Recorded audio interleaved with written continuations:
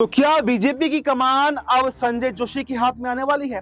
और क्या बीजेपी को जल्द ही अब नया राष्ट्रीय अध्यक्ष मिलने वाला है? और क्या इस बार संघ प्रमुख मोहन भागवत ही बीजेपी का नया राष्ट्रीय अध्यक्ष तय करेंगे? और आखिर क्यों अब तक संजय जोशी के नाम पर मोहर नहीं लग पाई है? हालांकि कई तरीके के कई लोगों के नाम इस पर सामने निकल करके आए, लेकिन अभी तक फैसला आखिर क्यों नहीं हो पाया? दरअसल आपको बता दें कि बीजेपी के अंदर राष्ट्रीय अध्यक्ष को लेकर एक तरह का घमासान जो है वो मचा हुआ है। एक तरफ जहां संजय जोशी के नाम पर संघ ने फाइनल मोहर लगा दी है, तो वहीं पर बीजेपी जो है, जब मोदी शाह हैं, वो उससे नाराज हैं। उनका कहना यह है कि संजय जोशी को राष्ट्रीय अध्यक्ष नहीं बनाया जाना चाहिए, क्योंकि आपको ये भी बताएंगे इस प्रोग्राम के अंदर कि संजय जोशी और नरेंद्र मोदी की पुरानी दुश्मनी रही है। दरअसल दोनों ही संघ से जुड़े हुए नेता रहे हैं, और संघ से जुड़े होने के नाते जब गुजरात के अंदर दोनों ने एक साथ प्रचार किया था, 1988 के दशक की बात है, 1988 से लेकर 1995 तक दोनों नेताओं ने साथ में मिलकर काम किया, संघ का प्रचार किया और बीजेपी को जीत दिलवाने में भी मदद करी। लेकिन मुख्यमंत्री के कैंडिडेट दोनों थे नहीं, ना तो संजय जोशी थे और ना ही यहाँ पर नरेंद्र मोदी थे। हालांकि नरेंद्र मोदी जी ये चाहते थे कि वो मुख्यमंत्री बन जाएं, लेकिन यहाँ पर केशुभाई पटेल को ये जिम्मेदारी दी जाती है, और जो केशुभाई पटेल थे वो संजय जोशी के नजदीकी थे।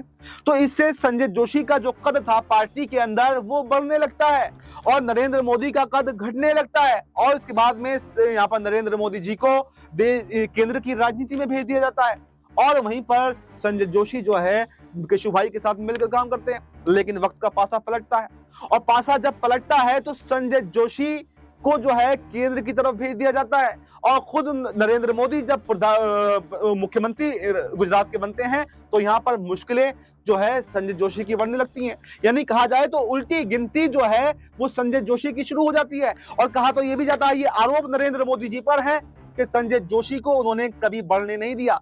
अगर नरेंद्र मोदी जी नहीं होते तो संजय जोशी भी आज एक बड़े नेता होते, एक बड़े जो है बड़े मंच से वो संभाल रहे होते, बीजेपी के अंदर बड़ी जिम्मेदारी संभाल रहे होते। लेकिन कहीं ना कहीं उनको खत्म करने में अगर किसी की भूमिका है तो वो नरेंद्र मोदी जी की है, और यहीं से इनकी दुश्मनी शुरू होती है जब साथ में प्रचार कर रहे थे और जब दो अलग अलग गुटों में ये दोनों नेता बंट गए। लेकिन उसके बाद में अब सवाल तो खड़ा ये होता है कि क्या जो अब ये बात दोबारा से निकलकर सामने आई है कि संजय जोशी इस बार बीजेपी की कमान संभालेंगे, तो क्या वाकई संघ अब उनको हाथ में ये कमान सौंपने जा रहा है?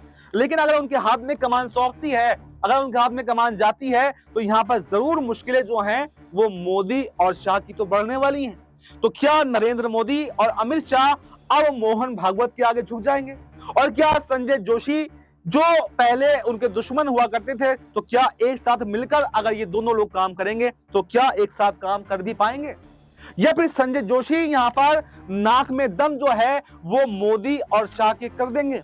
क्या वो अपने पुराने जो यहाँ पर नरेंद्र मोदी जी से अदावतें हैं उनका बदला भी निकालेंगे? और अगर उनका बदला निकालते हैं तो यहाँ पहले से मुश्किलें में मोदी और शाह खड़े हुए हैं। एक तरफ जहां आपने देखा कि सुप्रीम कोर्ट से वक्फ के मुद्दे पर झटका केंद्र सरकार को लगा, उसके बाद में जो सहयोगी दल हैं एनडीए के, चंद्रबाबू नायडू हो या नीतीश कुमार हो, उनसे नाराजगी चल रही है, वो भी कहीं ना कहीं साथ छोड़ने पर तुले हुए हैं। एक तरफ आपने ये देखा, उसके बाद में अगर संजय जोशी को कमान मिल जाती है और संजय जोशी बदलाव पार्टी के अंदर करते हैं, तो यहाँ पर मोदी शाह के लिए बड़ी मुश्किलें हो सकती हैं। यहाँ पर इनकी उल्टी गिनती भी शुरू हो सकती है, और कई लोग तो ऐसे भी हैं जो राष्ट्रीय अध्यक्ष पद का इंतजार कर रहे थे और उनका इंतजार वो खत्म ही नहीं हो पाया, और उसके बाद में अगर संजय जोशी को कमान मिल गई तो वो भी बगावत कर सकते हैं।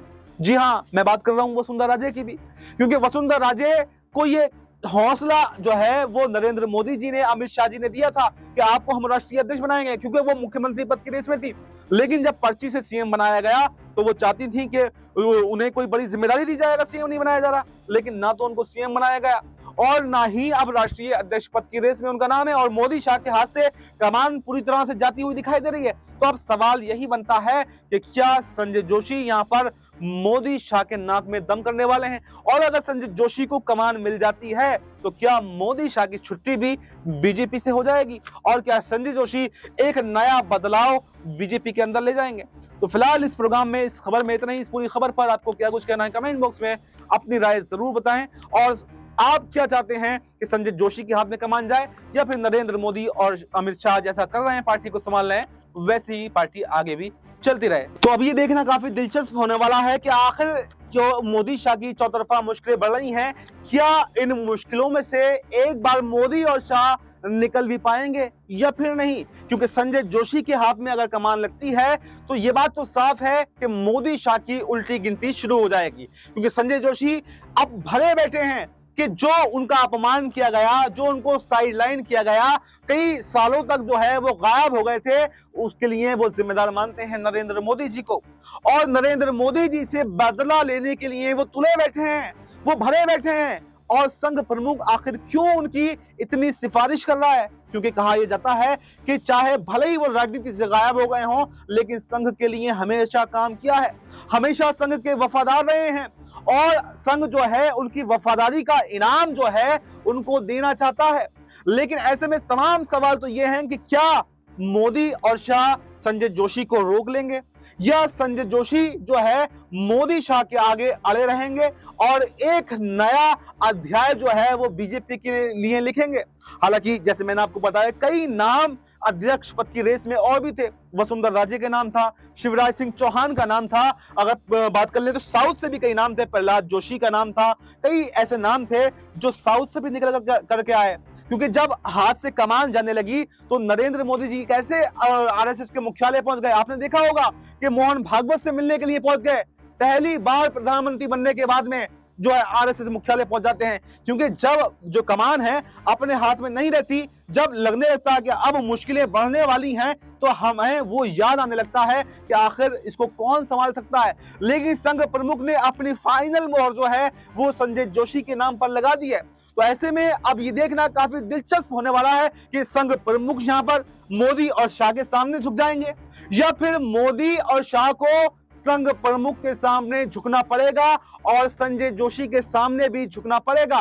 और अगर संजय जोशी को ये कमान मिल जाती है तो देश में ही नहीं बल्कि उत्तर प्रदेश में भी और कई राज्यों के जो मुख्यमंत्री हैं वो भी बदले जाएंगे। क्योंकि कई राज्यों के जो मुख्यमंत्री हैं वो मोहन भागवत के निशाने पर हैं, और संघ प्रमुख के निशाने पर आना साफ साफ इस बात का अंदेशा दे रहा है कि इसीलिए तो जो है संजय जोशी को कमान सौंपने की बात चल रही है। अगर संजय जोशी को कमान मिलती है तो फिर बीजेपी की इतनी नहीं चलेगी, बल्कि संघ ही तय करेगा कि कौन मुख्यमंत्री बनेगा और कौन मुख्यमंत्री नहीं बनेगा। क्योंकि मोदी शाह जो है अपनी तानाशाही करने लगे हैं, अपनी मनमानी करने लगे हैं, और वो संघ की बातों को भी नहीं मानते हैं।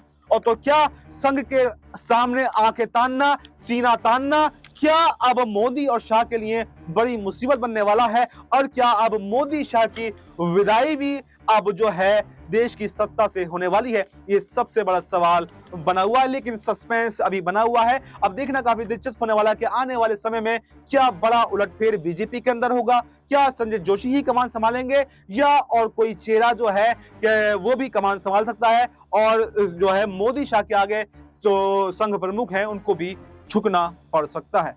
फिलहाल इस खबर में, इस प्रोग्राम में इतना ही। इस पूरी खबर पर आपको क्या कहना है, आपकी क्या राय है, आप कमेंट बॉक्स में अपनी राय जरूर दें और हमें दीजिए इजाजत। नमस्कार।